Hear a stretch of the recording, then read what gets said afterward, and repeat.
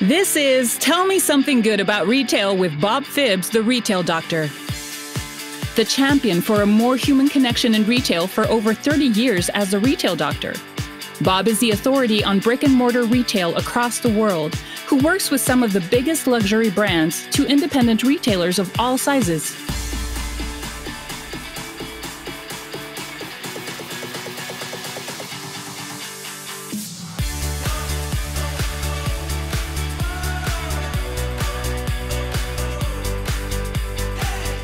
Thanks for joining me. Today, I'm talking with Robert Schindler. He's a professor of marketing at Rutgers Camden and is the author of the intriguing book, Pricing Strategy, Harvesting Product Value. Welcome, Robert. Well, thank you. Thank you. Glad to have you here. So, pricing strategies isn't something you probably wanted to do when you were in third grade and wrote down in a book somewhere. So can you share a little bit about your journey into the world of pricing strategies and what got you interested in the first place? That started my interest in pricing started way back when I was working. Before I came into academics, I was working at AT&T doing market research.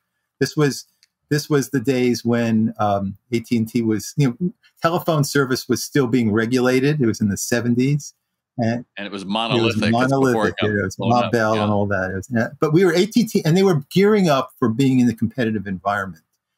And so one of the things that came up, I was in the market research department, and one of the things that came up was they were thinking of doing a price promotion, some kind of special deal that you can get a discount on long distance calls.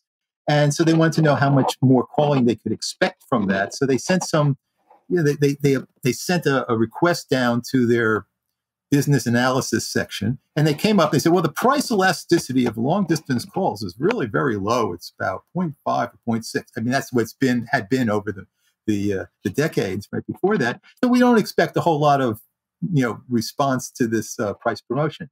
I said, well, hold a minute, wait a minute. The ordinary, price elasticity figured from ordinary price changes is not going to predict what's going to happen when you set up a deal. It's going to be a really different thing.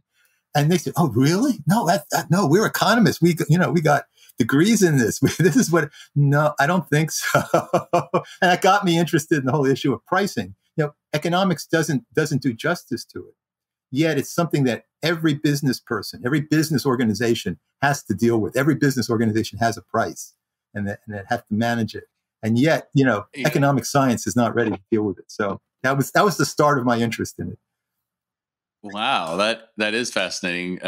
So there really is a way you could figure out, if I have this price promotion, what does it have to do for it to break even, or to go back and say, wow, that was a dud, versus let's just put that stuff on sale and see what happens. Yeah, there's a science to it, and that's what I appreciate. So we had a engaging bit of pre-call here when we were talking about the myth of the last digit 9 price. Okay. And you are quite intrigued by that. Those of you who are maybe not retailers may not be familiar, but every price has to end with something. And we have some people now that feel like, oh, well, it's $35 and that's what it is. And then there's other people that say, well, it's $34.99. Maybe we'll sell more by visually seeing that penny less. And then there's other people that say, well, 97 is good for a regular price and 99 is good for a sale price. And I think we all figure that's conventional wisdom. Like, somebody saying, well, yeah, there's gravity. That's why apples fall. But is that the case, Rob? It is common. It absolutely is common. And I love that analogy because the research on it, and I've been studying this actually for 40 years, and the research on it is amazing that they have found 9-ending pricing in just about every country that people have done research on. About even in Europe, South America, Asia, and with a special consideration. But even places like Israel, where they don't even read from right to left, they read from left to they don't read from right to left. That there's still there's still use of 9-ending pricing, and So it's like something that happens everywhere in the world, every kind of product, even for business pricing as well as consumer pricing. And it's been something that's been found. It's not just a recent thing. It was found a century ago, and more. Maybe into the middle of the 19th century, you can trace the origin of that back. So it's something that is it's been around for like ever, and it's everywhere. But does it really work? Yeah. Right? Is there science that supports any of that? Yeah. And there have been, dozens of studies on it. And recently there's been a meta-analysis on it. Do you know what a meta-analysis is? Tell our listeners. It's a study of studies, right? That, they publish, a lot of times they'll publish a study on something. They'll say, oh, that's the answer. Well, when you're in academics, you know that one study, even if it's published in a good journal, it's not necessarily the answer. They had particular conditions when they did their study, and it might be, maybe there was something in those particular conditions that caused those results. So you want to see it replicated. You want to see it come up a lot of times. And very often, when it comes up a lot of times, it's not always the same result. So people then, after, it's an important issue, people do study after study on it, different people, different parts of the world, different kinds of researchers. And then eventually someone wants to collect all this data and say, oh, overall, is there an effect? Here's the 72 studies that have been done on this, and we put them in a standard form here, and we did an analysis on it. That's a meta-analysis. So a recent meta-analysis on nine-ending pricing showed that the studies of whether it works, whether it increased sales, more often than not, the studies have shown that it does. But there was a tremendous amount of variation in the studies. Many studies found that it didn't work, and many studies found that it even had an opposite, a negative effect on sales. So how is that possible? Yeah. How could it have a negative effect on sales? The negative effect comes from two sources. One is that it might lead to a questioning of the quality of the product, because nine endings are associated with discounts and bargains. And sometimes bargains are associated with not really the best quality of things. So, that could be a source of a negative effect. And that is, the studies that have found most likely to find that effect are studies, not studies for prestige products, because they already, you can get a Gucci handbag for $1,299, right? Because they don't have to worry about their quality, it hurting the quality perception, because they already got a good name, right? But if you're not well known and you're trying to establish quality or something like that, that's another issue. And now I thought that was best illustrated by a study that where they looked at advertisements for LASIK eye surgery. Right? Very risky kind of. I'm sorry, I don't want a 2-for-1 for LASIK surgery, my friend. Yeah, and nine endings really hurt in that category. That's right. Yeah. Right. Or when a new sushi place opened up when I lived in Long Beach, California, and the opening wink was 2-for-1, and it's like, yeah, no, 2-for-1 sushi just sounds bad. No matter how you look at it, right? So nine endings, sound a lot like discounts, 2-for-1 deals. It sounds like being marketed. Yeah. So that's how it can. That's one way it can have negative, and the other way it can be negative is because it connotes manipulation. A lot of people, they look at it $29.99. Yeah, come on, that's $30. What are you trying to pull, right?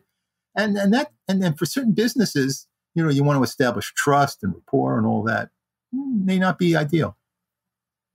Wow, that is fascinating, because I don't think most of us ever think of a dark side when it comes to using a price like that. What do you think the key factor is that so many retailers overlook when it comes to setting the right price for their products? Well, probably, probably. Let's take it for example. I bought this widget and it's $15. So I'm going to keystone it. It's 30, and that sounds good. 30, that sounds high. $24.99. I think there are plenty of small retailers that do it that way. I think the biggest retailers, of course, know planning is about not just what you're putting on the shelf for today, but then thinking what the sell-through is in 30 days, et cetera. So in that context, what could you offer about being that that missing piece that so many people just don't consider? Yeah, well, I think the main answer that I have to that question is right there in your in the question. You know, you're saying you're keystoning it. In other words, you're basing your price on your cost, and you know, this is not just my book. This is, you know, among people who have studied pricing, this is common knowledge that the way to be effective pricing is not to use cost-based pricing. You're almost certainly throwing away profits if you use cost-based pricing. And nevertheless, even though it's been said in many ways, many times over the decades, still, you know, studies have shown 50% or more of retail, actual real prices are set based on costs. They say, here's what our cost is, and here's what we want our markup to be, so here's our price. And that's the wrong way to do it, right? It's just not ideal. So what's the right way to do it? Everyone is on pins and needles. The right way is to look at the value of your product to a customer. So let's go back to my $15 widget. It's $15. Let's say it's a hammer that's got a magnet in it, so you know you can put it on the nail and it won't move off. So that's pretty specialized, a higher value than buying a hammer. The first part of estimating the value to the customer is to see what the next closest substitute is. The hammer that doesn't have that special attachment, right? But how much is that? What's the price of that? $10. And then you say, well, how much is this extra feature worth to the customer? And you have to do a little bit of research on that. And that's why it's probably not often done. At least talk to customers and find out how much that's worth for them. What does it enable them to do that they wouldn't be able to do before? And how much does that save them because they can now do that they didn't have to do before? And as you learn these things that the product can do for the customer, you add that onto the price and add that onto the price until you got an estimate of what it's worth to the customer, and then set a little bit less than that, and you're ready to go. That's great. And I think that's so important that we go through and think about what does it save? You know, as soon as you said that, in my mind, I'm thinking, I'm with you, I'm with you, I'm with you. Now this hammer, I should probably retail at $40, let's say. Well, it's a lot harder to sell a $40 hammer than it is a $10, right? Because I can just say, hammer's on sale, $9.99. Yeah, there it is again. But a $40 hammer, someone's going to have to explain that. The hammer can't do it itself, right? So if I have that conversation with you, Rob, you're like, how many times do you hit your fingers on a hammer, like when you're doing this deck? All the time, man. Would it be worth it if when you went to do it, it actually made sure it stayed on that? Absolutely. Well, without that conversation, the guy is looking at it and like, all right, $10 hammer and a $40 hammer. What a bunch of crap is that? A $40 hammer? What do I need that for? Oh, it's got a magnet. So what? Right? So part of this product strategy has to come into what else has to happen on the sales floor. Would you agree? Yes. Or if not on the sales floor, in the advertising. Yeah. There has to be some communication to the customer of the benefits of the product. You know, your book delves into various pricing strategies. Can you highlight one that you find really fascinating or effective for retailers in 2023? A particular strategy for... Yeah. Just one that you found fascinating as you were studying all of this. You know, somebody does it a different way than you're recommending, or, you know, or take something that somebody you see people do all the time, loss leader, right? Oh, they bought this for, let's go back to my hammer because it'll just be easy for our audience. Bought for 15, should be 40, sell it for 35. But what if I sold it for like $15.99? Then I'd get more people in. Right? That's what we do. It's a loss leader. It's less than I paid, or it's just barely making cost. Is that smart marketing? Oh, it might be. It might be. Loss leaders might be. But I think the thing that, if we're talking about modern retailing, the thing that makes the difference is the tech now that's possible, like electronic shelf labels. I mean, that is just an enormous benefit, enormous technological change that makes pricing better. Before then, it was difficult to change the price. You had to have someone go out there and scratch it off or put on a different label, and it was costly, and so you didn't do it that often. Now it can be done instantaneously and in response to very, very immediate conditions, sort of like online. So now now physical store retailing can have those same kinds of that same kind of price flexibility that online retailing has, and it's has the potential for really increasing profitability. Yeah, I can see this in convenience stores. I could see this in grocery stores. I'm not sure who else outside those two categories prices change that much. Walmart, but maybe. Kohl's, Kohl's has completely gone to electronic shelf pricing. I think Walmart's in the process of doing it. It's big. It's a big advance in pricing.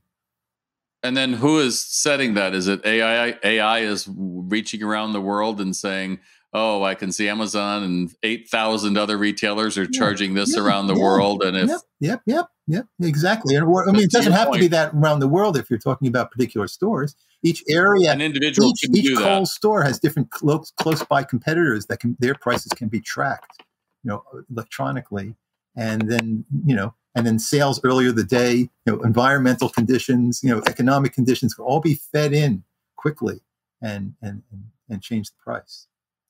Well, I think on a macro level, that makes sense because those people is a game of pennies, right? I mean, if they can get any extra margin or balance it against, the weather is coming up, we got to get all the umbrellas out to the front, et cetera, et cetera. It certainly is a bigger deal for the big boxes, but I think, people listen to this are not necessarily those big ones or those big online retailers, and that competitive balance between, getting the right price and being competitive. I think it's a struggle for everybody. And, what drives you nuts when you talk to retailers about the way they price, and what kind of a takeaway? Obviously, they should be reading your book. We all understand that pricing strategy, harvesting product value. But what could you tell them to kind of help? Well, the big thing is to be customer oriented. In other words, start with the value to the customer, at least in your thinking. And even if you can't do a lot of research on it, you can do some estimating. In other words, don't focus your pricing on costs. Don't have standard margins, standard markups. That you're almost certainly losing money. The other kind of losing potential profit by doing that. Pricing benefits from flexibility. The other thing that people probably underestimate is the idea of price discrimination, that you can set different prices under different conditions. And so we know that. Can you give an example of that? Yeah, well, you could, I mean, if you buy 3, you get this discount, or, half, $5 a piece, 10 for a dozen, $10 for a dozen, something like that. That's a simple kind of thing where they're buying more, you're giving them a lower per unit price. And that's because people who buy more are likely to be more price sensitive. There's a logic to it. So, but you can do other kinds of things. You can look at people who bought one kind of product. They might be particularly, if they want one kind of product, if they have certain kind of, wood furniture, they bought one piece of wood furniture for their living room, then something about that they like wood furniture, other kinds of furniture that they might be interested in. So then you can then have deals for them, or have promotions for them that would give them sort of a better price for, to encourage them to sort of do things that are consistent with their earlier purchases. And that those kinds of things, the idea of price sensitivity can be, and price discrimination can be pretty elaborate. It doesn't need to just be by volume or by, the area where the person is. It can also be by the time of the year, time of day, time of week, time of month, and all kinds of past purchase issues can be used as fences to give some people one price and other people another price. And that's the secret. That's a secret, besides customer-based pricing is price discrimination. In other words, price segmentation, having different prices for different product purchasing situations.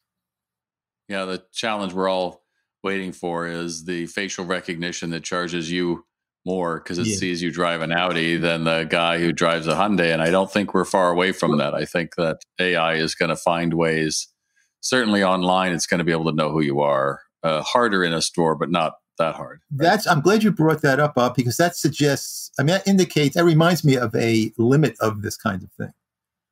And when this technology was first getting started, like 20 years ago, they came up with these Coke machines that would measure the temperature, the temperature around it. And when it's hotter, they charge a higher price for the Coke than was cooler, right? I love that. Well, it's sort of like the textbook which says that's price discrimination, it's price segmentation there. But people hated it. They thought it was unfair. They thought it was just not good business. And so they put taking advantage of. Again, being taken advantage of, manipulative. And so they backed off on that. And so that reminds us of the limits of this. That if a retailer tries to go too hard into this, there'll be negative perceptions. And that really sort of reminds me about one of the interesting aspects of studying, of writing about pricing, is looking into the history of it.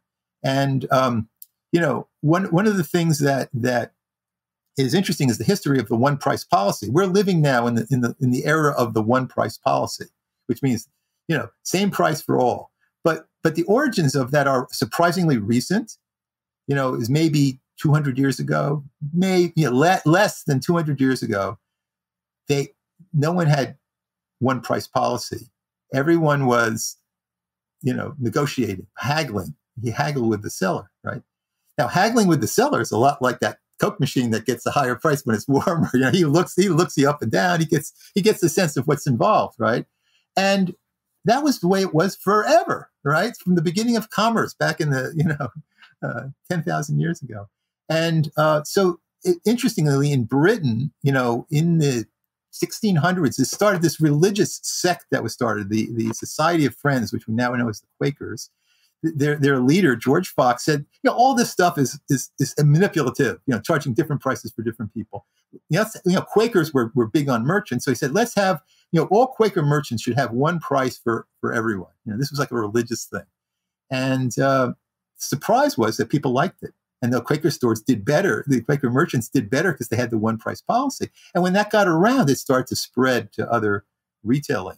And then when they came up with the cash register, that it just exploded, and it became the common knowledge, common thing that we have now. But it's really very recent, the one price policy. And the point is, now with technology, we're starting to be able to get away, go back to the old way, and we have to remember why the one price policy is there to begin with. And we can thank the Quakers for that, my friend. Well, listen, before we continue, we love our loyal listeners, and I'd appreciate it if you would do me a favor and give us a 5-star rating on this episode. And we're going to return after this word from SalesRx Online Retail Sales Training. Hey, it's Bob again. I'm not only your host, but also the founder of the SalesRx Online Retail Sales Training Program. How many sales that should have been yours walked out your front doors today? With shoppers being more discerning about where and when they shop, you need to convert more lookers to buyers. And SalesRx is the perfect solution to make training memorable. It's bite-sized, it can fit easily into your schedules. Don't tell me you don't have time to train. If you can give them time to take a break, you have time for them to train. Now, the training builds from some of the quickest ways to engage shoppers to the most advanced. Everything is planned so you can implement your sales training program with a click of a button. And there's a reason we're on 4 continents training thousands, because SalesRx is scalable. Everybody learns the same new skills that will grow your sales. In fact, 83% of users report a double-digit increase in their sales within 6 months. Wouldn't you like that to be your story? Visit SalesRx to learn more and set up a call with me to see how we can help. That's SalesRx.com. Now back to the broadcast. And we're back talking pricing with Robert Schindler, professor of marketing at Rutgers University, Camden. He is the author of Pricing Strategies. So, with the rise of e-com and online retail, how do you see the relationship changing between physical stores and their online counterparts when it comes to pricing strategies? We've all had that experience where a friend or something, they saw something online, they went into the store, and then they're like, oh, that's an online price. We can't give you that. And they're like, why not? Or, oh, yeah, that coupon's only good if you buy it online. And, the smart retailers are realizing it's got to be one basket. So if you buy it online, you buy it in a store. But we're far from that for most retailers.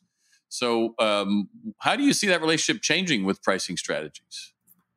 Well, I think there's always going to be a place for physical stores, and I think that's the kind of a value that's being added. People want to go to. They want to physically examine the product. They want to have service. They want to have people that they can interact with, sometimes at least.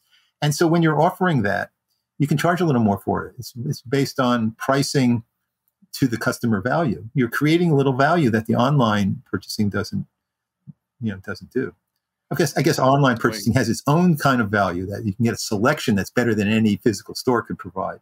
And so they can charge. I don't know about they can charge for that. We've all scrolled through those endless ads that we think, oh yes, maybe I'll buy this. Then you get stuck on like page 5 and you're like, just get me out of here. This is horrible. And let's be honest, all the direct to consumer noise that we heard the last 3 or 4 years has fallen down to a whimper. Even Nike's suddenly like, oh, we're going back in wholesale big time, because they realize the limits of direct to consumer and the pricing. They're not making money at it. By the time you figure in what all it takes to get in front of that customer and then to ship the order and know that 30% of that merchandise is coming back automatically or higher, depending if it's clothing or whatever.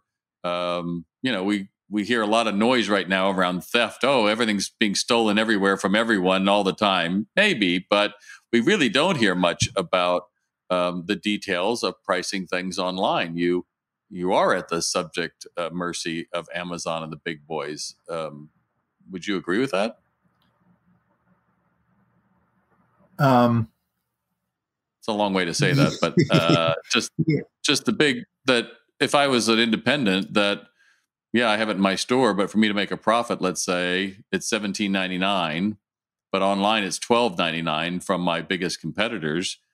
Should I make mine $12.99 and just say that's it, or am I willing to say no? I don't think so, because again, the store offers benefits that the online purchase doesn't. You can demonstrate the product, you can try it on, you can use it, you can talk about it. There's the human element that I know you often talk about, is very important. People will pay for that.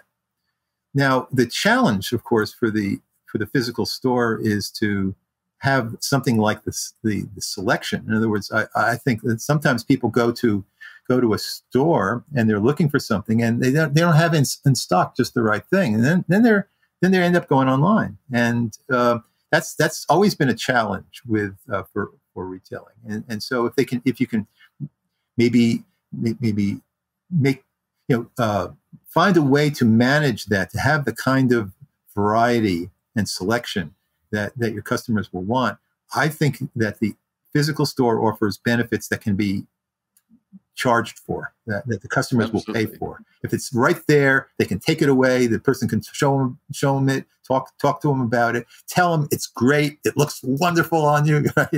You're going to buy it, even if it's considerably more than you could get it online. I think that would work. I think, but it takes the retailer to take seriously the challenges. You've got to have the product. If the customer comes to the store and it's not there, the customer says, "Well, I'll go online and find it there." There you go. You lost them. And to your point, in this day and age, when so many retailers are putting all their inventory into one master system, so that you can see, I have 3 in Catskill, I have 2 in New York City, and I go down there and they say, no, we don't have that. Oh, that computer's always wrong. You lost credibility in that moment, and a system that should always be going great it becomes a kicking post because maybe the employee didn't look hard enough. That's what I usually go from. The systems are probably more correct than you're willing to do, but it might take a little bit.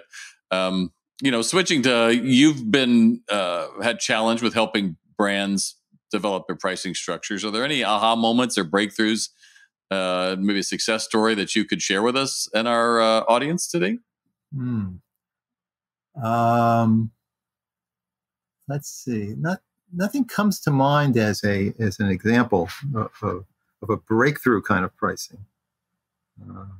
What about in your students? Do they come in with a determined good or bad image of what pricing should be like? Well, I think they come in with, you see, what I have is a lot of students that are marketing business students, and they're not economic students. And so they're not, the economics students are going to be really very, very comfortable with the math of pricing, but the business school students are less so. So what I've done in the course and in the book is simplified the math behind pricing so that anybody can do it.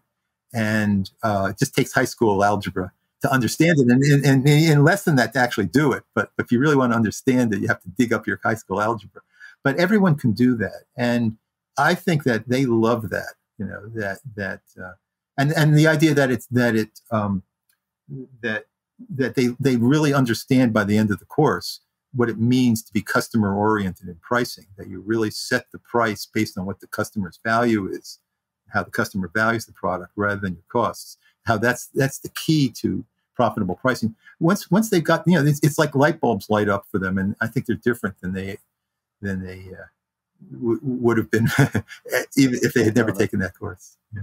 No, that makes total sense. But I'm sure when somebody wants to implement these new pricing structures based on customer use and what they get out of it, there must be pushback from the people. This is the way we've always done it, and this is the MSRP, and this is what we should do. I don't want to rock the boat. Is there a fear in changing pricing structures? Probably. Probably. The people who I talk to are ready to change, but the studies show that 50% of the people still use cost-based pricing. I mean, we can tell your listeners, Bob, if you're using cost-based pricing, you're not making as much money as you could be making. Period. I love that. I'm dealing with a business makeover, and one of the former guys, the buyer, loved getting deals. He would tell me, "Oh, the margin. Oh, I get this great margin," and I look at it, and it's still on the floor, and I'm just like, "Dude, margin without demand is worthless." And so at this time of year, we're in the fall and coming into the holidays, reps will come to somebody and say, "Oh, I've got this great deal for you." Is there any way you can evaluate a deal, whether you should take it or not, whether it makes sense when it comes to pricing, or should you just go like, "Wow, I can get it for this," and be thrilled? As a customer, you mean? As a retailer, right? So a vendor comes and invariably they'll say, "Hey, I can give you, a pallet of this at X price, and if you can take all of it, then great. So you're used to this product, its price point. I'm going to make great margin on it." But is there a way to know whether you should do that or not? I would suggest that your planning not be your product purchase agenda should not be made by the salespeople of your vendors. That's a bad strategy to begin with if you want to make money. You should be looking at your customers and seeing what they want and seeing how you could get what they want in the particular form of it and for the best price. And if you let your vendors set the agenda, you're not on a good path. Oh, that was worth the whole interview. I think that. But I wanted to say a little bit of something about the value of discounts to consumers. In other words, your listeners should appreciate. I mean, I know retailing discounts are very, very big in retailing, but I think they're going to have to be. There's something about the discount that works a magic to people, to consumers, and so I think it's going to be around for the long term, right? Discounts, and to get a glimpse of it, I was once doing a study on price, on deal-prone consumers, consumers who like to get bargains on things. And I remember I was talking to this woman. I was in her house with my tape recorder and my notebook and taking notes of interviewing her and all that. And then, about the bargains she's got and how she gets them and what she does for that. And at the end of the interview, she said, when you want to see some of the things that I've gotten a good buy on, I said, "Oh, sure. I'm packing up." And she said, "See that sofa over there? That was originally $1,200, and I got it for only $847. I said, "That's great. That's wonderful." And then she went, oh, that chair over there, and that table over there. And, and she said, that was regularly $700, and I got it for only $349. And I looked at like one of those, she pointed out an easy chair at one point, and I noticed it was like threadbare on the arms. I said, when did you get that? And she said, 1970. Yeah, I mean, what? This was like 20 years ago. She bought that, and yet she still remembers the pleasures of getting it on the discount. So in a way, it's become like sacred to her. The bargain has become something very special to her. And I think that when you appreciate how, for many people, not everybody, but for many people, getting something on sale is like a magical kind of thing. It's they've won against the system. There's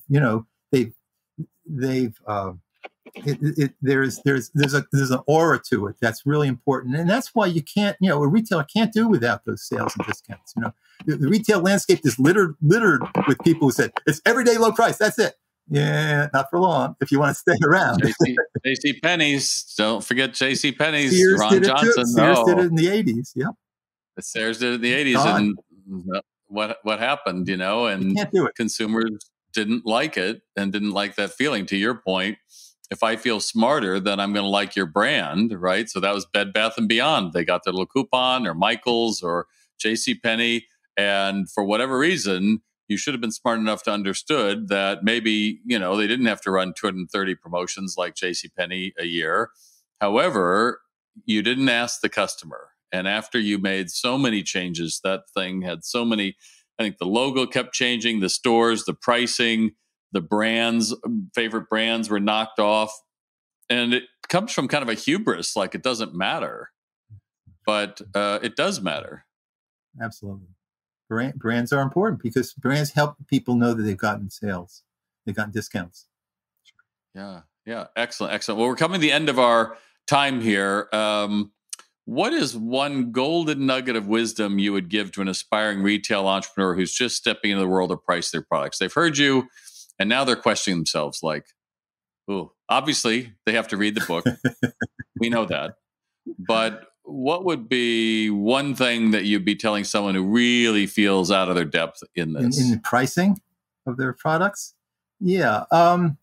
Get used to the idea of listening to the customer. I mean, I know it's kind of obvious, but I mean, it's not just sort of when you're doing a sales pitch or something like that. In general, if you want to be sensitive to what the customer wants, that you don't have to do one reason a lot of companies don't do, are stuck in their cost-based pricing, the standard margins, is because they don't have the resources or the patience to do research. But research doesn't have to be, where you hire, some big expensive consulting company to work for you.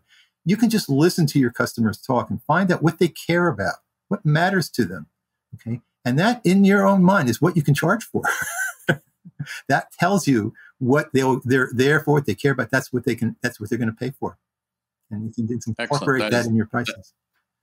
That is great. Well, thanks so much for that, Rob. Now, name of the podcast, Tell Me Something Good About Retail. So tell me something good about retail to take us home. That retailing is fun. And I think this, the human element is so important. And I was, talking this opportunity to talk to retailers brought me back to my earlier days of retailing, which was way, way earlier, like when I was in high school and I worked as a stock boy in a shoe store, in a town's shoe store, right? And I was happy. I was down in the basement, opening the crates of shoes, putting them on the shelves, classifying them. And I hear the salespeople upstairs. And I remember there was one who had a particularly loud voice. This was a woman's shoe store. And she had a particularly loud voice. And all day, starting at 9 in the morning when the store opened, she would say, "It's stunning! That is stunning!" All day. She was complimenting in this loudest, most extravagant terms how wonderful, beautiful these women looked with those shoes. And that really, that's my main memory of that place. But it's a wonderful thing because since then I've done some research on retail blessings. That when someone compliments something that you buy, something that you choose, it really makes you like it more. It makes a difference. Again, it puts an aura over it for you. And that's the potential of retailing. And so I know it has to do with the human element that can't quite be duplicated online. That's right. You can't get an AI to say, that looks stunning on you. It won't be convincing. It won't be convincing. Well, you've been convincing. You're talking pricing strategies with today. And I appreciate it so much for you joining us, Rob. Thanks again. Thank you. You've been listening to Tell Me Something Good About Retail with Bob Phibbs, the Retail Doctor. As a listener, you can receive free information and guides when you visit retaildoc.com and sign up for our exclusive weekly newsletter. Thanks for being with us. Remember to subscribe on iTunes, Spotify, or wherever you like to get your podcasts. To virtually bring Bob to all of your crew and associates, check out www.salesrx.com.